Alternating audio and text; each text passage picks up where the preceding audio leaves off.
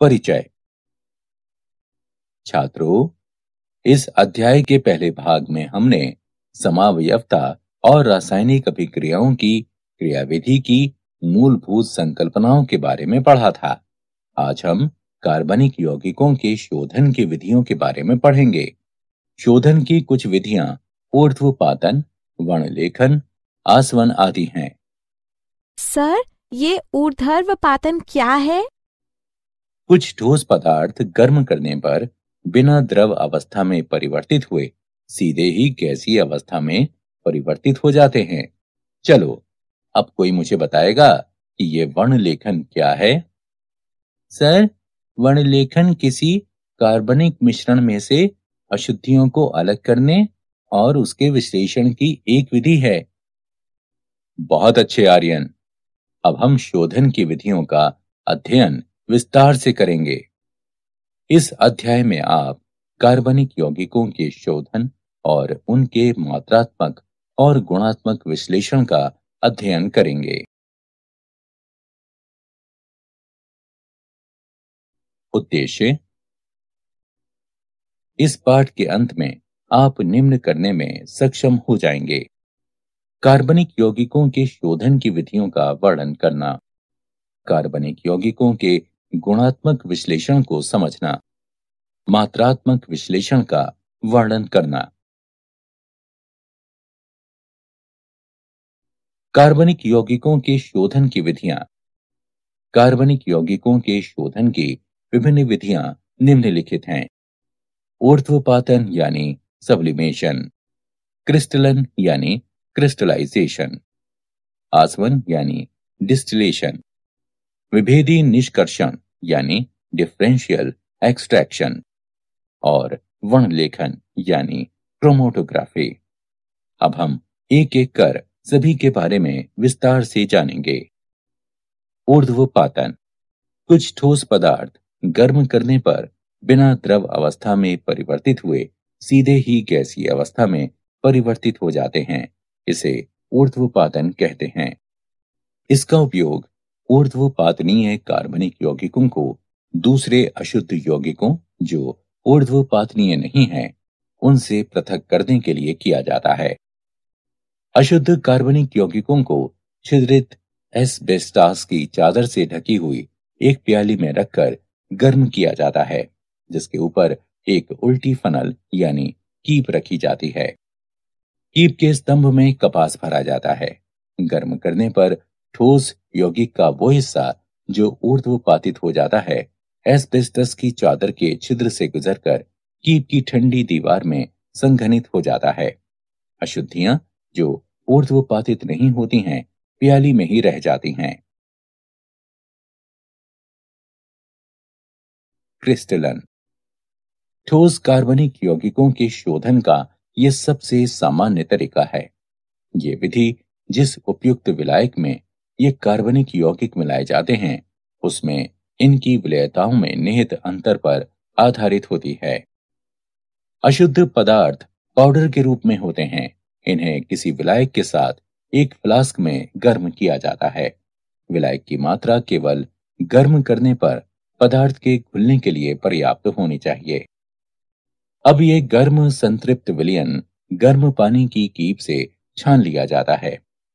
बाहरी कीप में परिचालित किए जाने वाला गर्म पानी विलयन को गर्म रखता है और कीप ही के अंदर क्रिस्टलीकरण नहीं हो पाता। यह गर्म निस्यंद बीकर में ठंडा किया जाता है। बड़े बड़े क्रिस्टल्स प्राप्त होते हैं और इन क्रिस्टलों को निस्यंद में से निस्यंदन के माध्यम से पृथक कर लिया जाता है। आसवन। आसवन द्रवों के शोधन की एक विधि है, जिसके द्वारा द्रव मिश्रण में से उनके विभिन्न घटकों से अलग अलग किया जाता है। एक फ्लास्क में द्रव मिश्रण को गर्म करने पर द्रव में उपस्थित कम क्वथनांक वाले घटकों का वाष्पीकरण शुरू हो जाता है।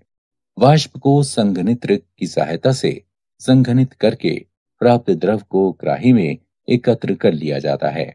द्रव मिश्रण के वे घटक जिनका क्वथनांक उच्च होता है, बाद में वाष्पित होते हैं और इन द्रवों को अलग एकत्रित किया जा सकता है।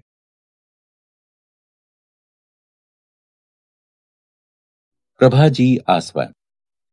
जब दो द्रवों के क्वथनांक एक दूसरे के काफी करीब होते हैं, तब साधारण आसवन काम नहीं करता है। इस दशा में एक प्रभाजी कॉलम का उपयोग किया जाता है, जो एक लंबी नली के रूप में होता है और इसमें ऊपर जाती हुई वाष्प और नीचे आते हुए द्रव के मार्ग में अवरोध प्रदान किया जाता है।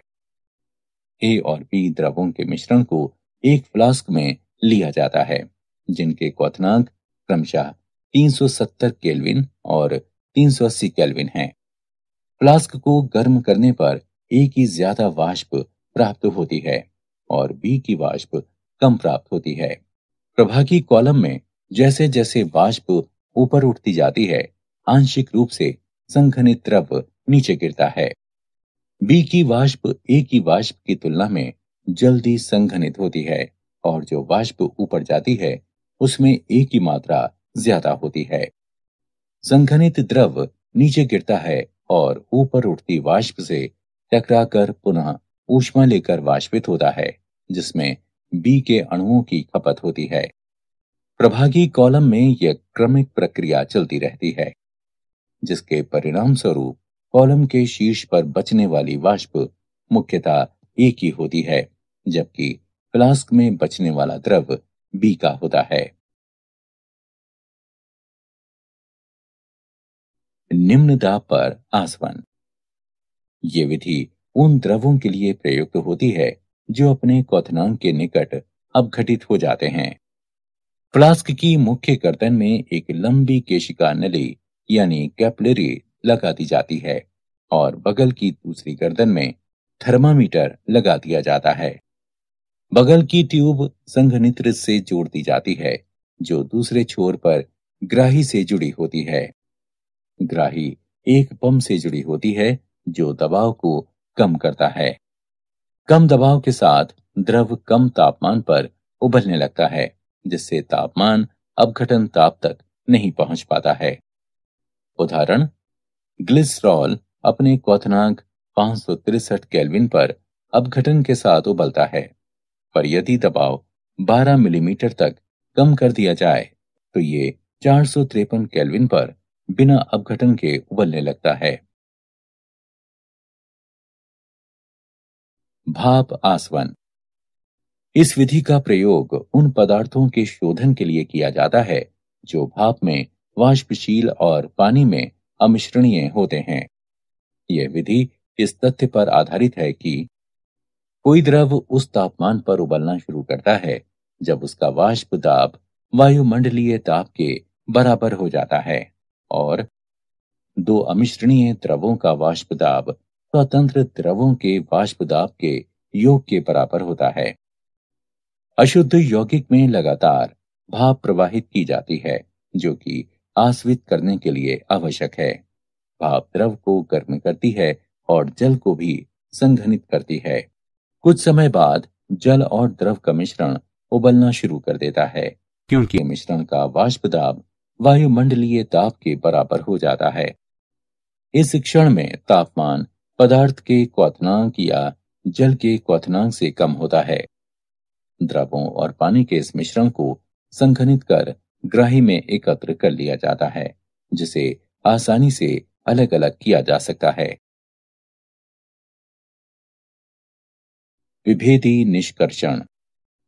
जब कार्बनिक यौगिक किसी जलीय विलयन में उपस्थित होता है, तब उस कार्बनिक यौगिक को ऐसे विलायक का उपयोग करके निष्कर्षित किया जाता है जिसमें कार्बनिक यौगिक की विलेयता जल की अपेक्षा अधिक होती है और ये विलायक जल में अमिश्रणीय हो। यदि कार्बनिक यौगिक की उस विलयन में घुलनशीलता कम होती है, तो यौगिक की सूक्ष्म मात्रा का निष्कर्षण करने के लिए विलायक की बड़ी मात्रा की आवश्यकता होती है। ये विधि सतत निष्कर्षण कहलाती है। वर्णलेखन। वर्णलेखन शोधन की एक ऐसी विधि है जिसे किसी मिश्रण के अवयवों को पृथक करने, कार्बनिक पदार्थों की पहचान करने और उनकी शुद्धता की जांच करने के लिए उपयोग में लाया जाता है। वर्णलेखन का वर्गीकरण। अधिशोषण वर्णलेखन, वितरण वर्णलेखन। अधिशोषण वर्णलेखन। अधिशोषण वर्णलेखन विभेदक अधिशोषण के सिद्धांत पर आधारित है, जिसके अनुसार विभिन्न यौगिक भिन्न अंशों में किसी विशिष्ट अधिशोषक जैसे ठोस सिलिका या एल्यूमिना जेल पर अधिशोषित होते हैं।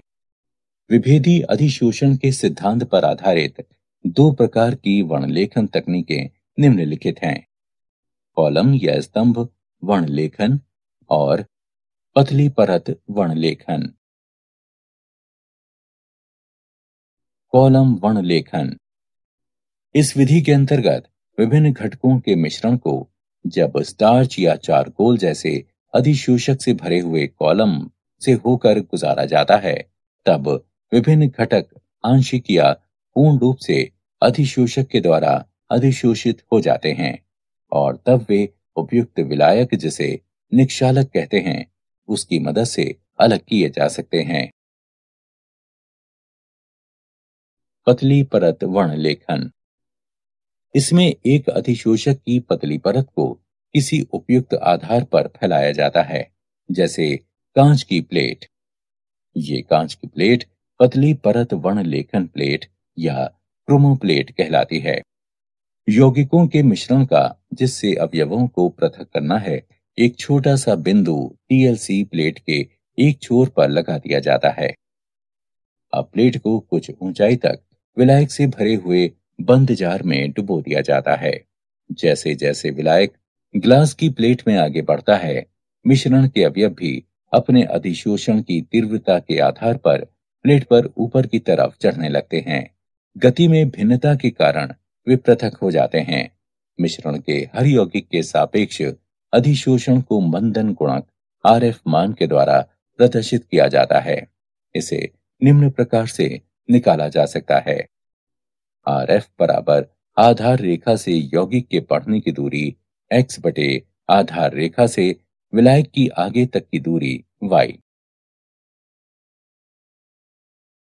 वितरण वर्णलेखन। वितरण वर्णलेखन एक तरह से कागज वर्णलेखन है, जिसमें विशिष्ट प्रकार का कागज, जिसे क्रोमेटोग्राफी कागज कहा जाता है, उपयोग में लाया जाता है। इस कागज के छिद्रों में जल अणु बंध जाते हैं, जो स्थिर प्रावस्था का कार्य करते हैं। क्रोमेटोग्राफी कागज के आधार पर मिश्रण का बिंदु लगाकर जार में लटका दिया जाता है। जार में कुछ ऊंचाई तक उपयुक्त विलायक या विलायकों का मिश्रण भरा होता है, जो गतिशील प्रावस्था का कार्य करता है। विलायक पेपर की पट्टी पर ऊपर की ओर पड़ता है और बिंदु के ऊपर प्रवाहित होता है। विभिन्न यौगिकों का दो प्रावस्थाओं में वितरण भिन्न भिन्न होने के कारण ये अलग अलग दूरी तक जाते हैं और पृथक हो जाते हैं। इस प्रकार विकसित पट्टी क्रोमेटोग्राम कहलाती है। रंगहीन यौगिकों को पराबैंगनी किरणों के नीचे रखकर या उपयुक्त अभिकर्मक के विलयन को छिड़ककर देखा जा सकता है। कार्बनिक यौगिकों का गुणात्मक विश्लेषण। कार्बन और हाइड्रोजन की पहचान। कार्बनिक यौगिकों को कॉपर 2 ऑक्साइड के साथ तेज गर्म किया जाता है। उत्पन्न हुई गैसों को परख नली के अंदर निर्जल कॉपर सल्फेट में से गुजारा जाता है और फिर चूने के पानी में प्रवाहित कर दिया जाता है। यदि कार्बन उपस्थित होता है तो ये कार्बन डाइऑक्साइड बनाता है, जो चूने के पानी को दूधिया कर देता है। अभिक्रियाएं निम्नलिखित हैं: कार्बनिक यौगिकों में उपस्थित कार्बन कॉपर 2 ऑक्साइड के साथ अभिक्रिया करके कॉपर और कार्बन डाइऑक्साइड बनाता है। उत्पन्न हुई कार्बन डाइऑक्साइड कैल्शियम हाइड्रोक्साइड से अभिक्रिया करती है, जिससे वो दूधिया हो जाती है, जो उस कार्बनिक यौगिक में कार्बन की उपस्थिति को सूचित करता है। यदि कार्बनिक यौगिक में हाइड्रोजन उपस्थित है तो ये पानी की वाष्प बनाता है, जो निर्जल कॉपर सल्फेट से गुजरकर CuSO4 5H2O बनाती है, जिससे उसका रंग नीला हो जाता है। अभिक्रियाएं निम्नलिखित हैं।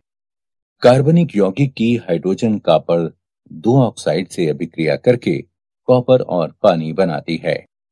उत्पन्न पानी निर्जल कॉपर सल्फेट से क्रिया करके CuSO4 5H2O बनाता है, जिससे उसका रंग नीला हो जाता है। अन्य तत्वों की पहचान। कार्बनिक यौगिकों में उपस्थित नाइट्रोजन, सल्फर, हैलोजन और फास्फोरस जैसे अन्य तत्वों को लैसे परीक्षण के द्वारा पहचाना जा सकता है। कार्बनिक यौगिकों में उपस्थित तत्वों को सोडियम धातु के साथ संगलित करने पर ये तत्व संयोजी रूप से आयनिक रूप में परिवर्तित हो जाते हैं। अभिक्रियाएं निम्नलिखित हैं। जब सोडियम कार्बनिक यौगिकों में उपस्थित विभिन्न तत्वों के साथ क्रिया करता है, तब ये सोडियम संलग्न निष्कर्ष बनाता है। नाइट्रोजन के लिए परीक्षण। सोडियम संलग्न निष्कर्ष को फेरस सल्फेट के साथ मिलाने पर, जो कि सोडियम साइनाइड है, सोडियम पेरोसाइनाइड बनाता है। इस अभिक्रिया के दौरान फेरिक आयन बनता है, जो फेरोसाइनाइड से क्रिया करके फेरीफेरोसाइनाइड बनाता है, जिसका रंग नीला होता है। सल्फर के लिए परीक्षण। यदि कार्बनिक यौगिक में सल्फर उपस्थित है, तो इसे सोडियम संलग्न निष्कर्षण, जो कि सोडियम सल्फाइड है, उसको सोडियम नाइट्रोक्लोराइड के साथ अभिकृत करने पर सल्फर की उपस्थिति के कारण जो बैंगनी रंग आता है, उसके द्वारा उसे पहचाना जा सकता है। हैलोजनों के लिए परीक्षण। सोडियम संलग्न निष्कर्षण के एक भाग को NaX नाइट्रिक अम्ल के द्वारा अम्लीकृत करके उसमें सिल्वर नाइट्रेट मिलाया जाता है। यदि सफेद अवक्षेप बनता है, जो कि अमोनियम हाइड्रोक्साइड में विलयित हो जाता है, तब ये क्लोरीन की उपस्थिति को दर्शाता है। यदि पीला अवक्षेप बनाता है, जो कि अमोनियम हाइड्रोक्साइड में अल्प विलय है, तब ये ब्रोमीन की उपस्थिति को दर्शाता है। और यदि ये पीला अवक्षेप अमोनियम हाइड्रोक्साइड में अविलय है, तब ये आयोडीन की उपस्थिति को दर्शाता है। यदि नाइट्रोजन या सल्फर की संभावना होती है, तो परीक्षण के पूर्व सोडियम संलग्न निष्कर्षण को 2 मिनट तक उबाला जाता है, जिससे HCN और H2S के साइनाइड और सल्फाइड विघटित हो जाएं, जो परीक्षण में बाधा उत्पन्न करते हैं। फास्फोरस के लिए परीक्षण। किसी कार्बनिक यौगिक में फास्फोरस की उपस्थिति का पता लगाने के लिए उस कार्बनिक यौगिक को सोडियम पेरोक्साइड के साथ गर्म किया जाता है। बने हुए विलयन को सांद्र नाइट्रिक अम्ल के साथ उबालकर अमोनियम मॉलिब्डेट मिलाया जाता है। पीले रंग का अवक्षेप फास्फोरस की उपस्थिति को प्रदर्शित करता है। मात्रात्मक विश्लेषण। कार्बन और हाइड्रोजन।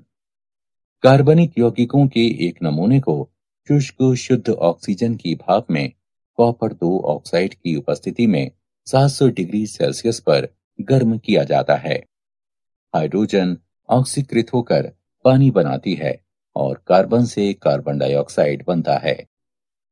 उत्पन्न जल की मात्रा ज्ञात करने के लिए मिश्रण को निर्जल कैल्शियम क्लोराइड युक्त नली में से प्रवाहित किया जाता है और कार्बन डाइऑक्साइड की मात्रा का निर्धारण करने के लिए इस मिश्रण को पोटेशियम हाइड्रोक्साइड के विलयन में से प्रवाहित किया जाता है। कार्बनिक यौगिक के नमूने में उपस्थित हाइड्रोजन का द्रव्यमान 1/9 कैल्शियम क्लोराइड के द्रव्यमान में वृद्धि और कार्बन का द्रव्यमान 3/11 पोटेशियम हाइड्रोक्साइड के द्रव्यमान में वृद्धि। नाइट्रोजन।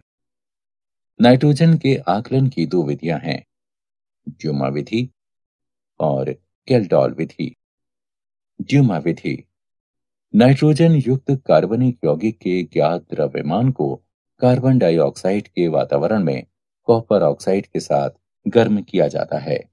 इस स्थिति में कार्बन और हाइड्रोजन ऑक्सीकृत होकर कार्बन डाइऑक्साइड और जल में परिवर्तित होते हैं और नाइट्रोजन मुक्त होती है।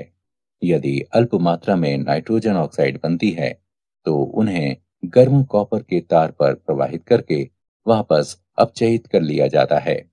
उत्पन्न गैसों के मिश्रण को भट्टी के द्वारा पोटेशियम हाइड्रोक्साइड विलयन में प्रवाहित किया जाता है। पोटेशियम हाइड्रोक्साइड कार्बन डाइऑक्साइड को अवशोषित कर देता है और नाइट्रोजन को नली के ऊपरी भाग से एकत्रित कर लिया जाता है।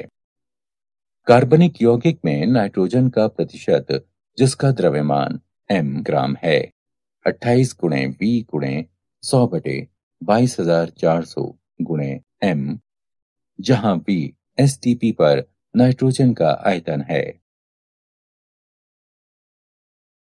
कैल्डोल विधि।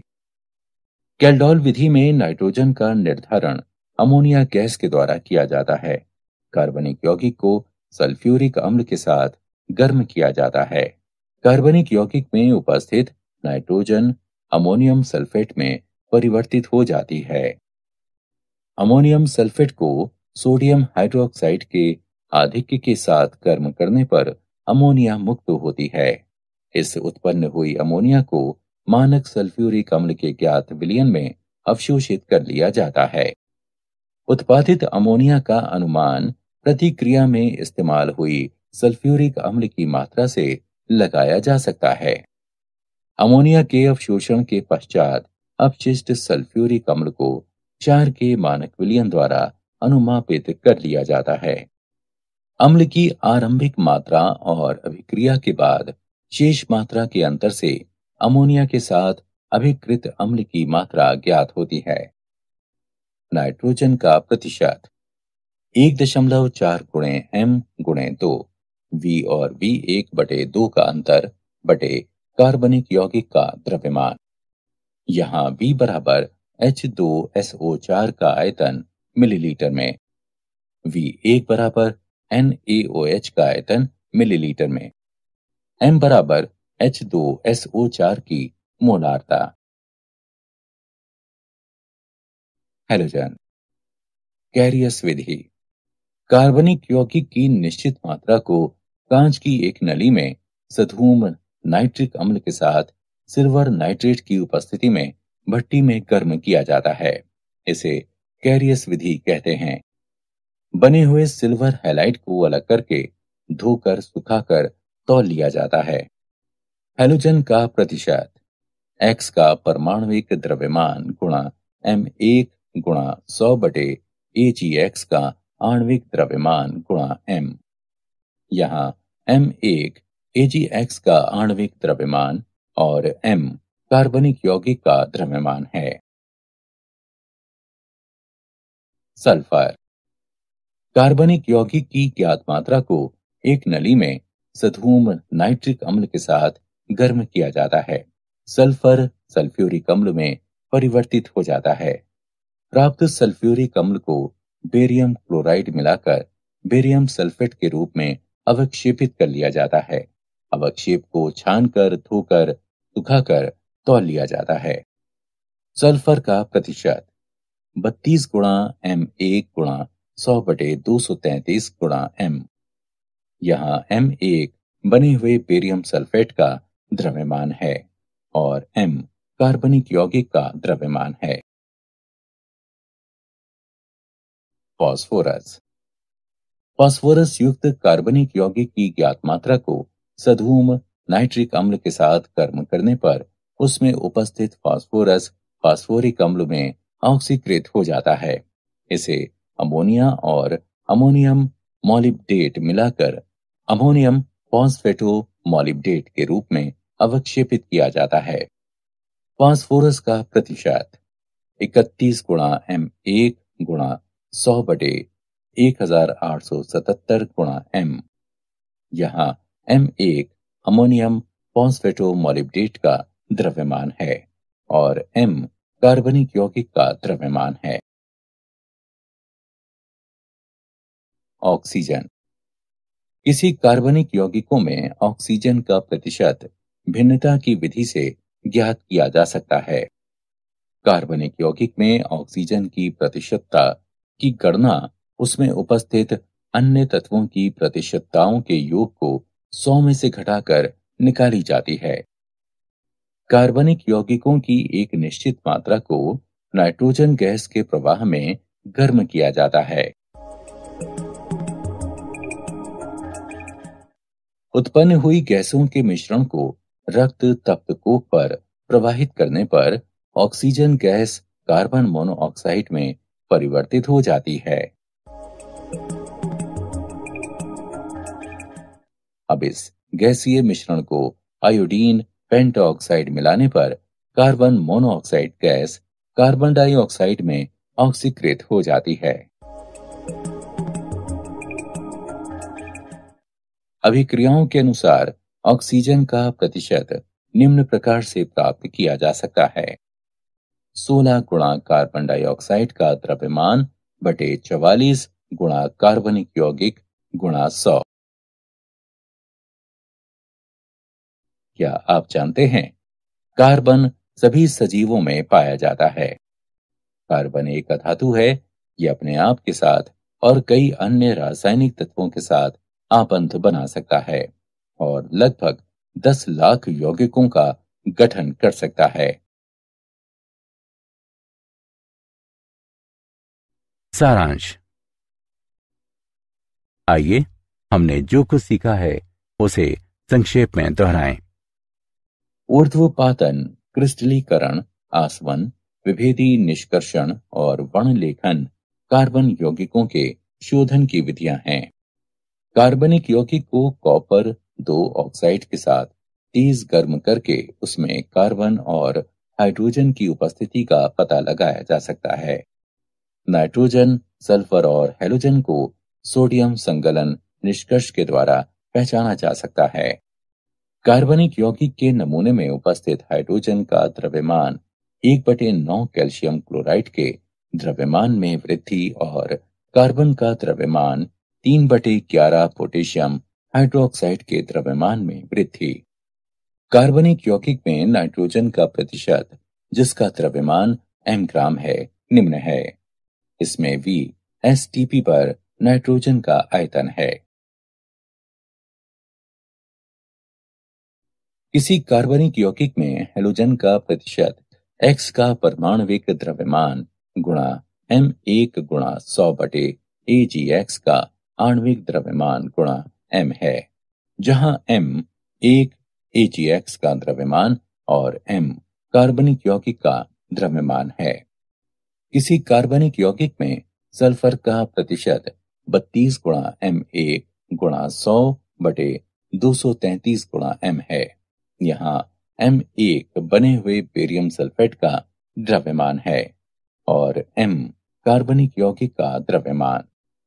किसी कार्बनिक यौगिक में फास्फोरस का प्रतिशत 31 गुणा M1 गुणा 100 बटे 1877 गुणा M है, जहां M1 अमोनियम फॉस्फेटोमोलिब्डेट का द्रव्यमान है और M कार्बनिक यौगिक का द्रव्यमान है।